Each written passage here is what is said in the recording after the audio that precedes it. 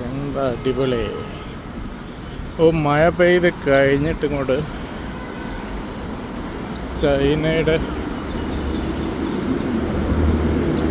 ഒരു വാക്ക്വേ ആണ്. ഇരു സൈഡുകൾ റോഡൊക്കെ ആയിട്ട്, രണ്ട് സൈഡിലും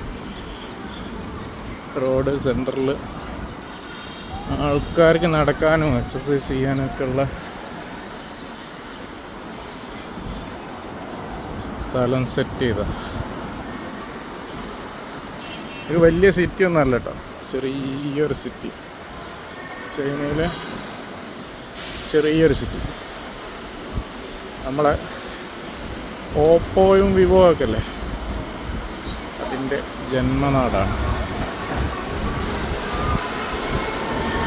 ഷങ്ങാൻ എന്ന് പറയും.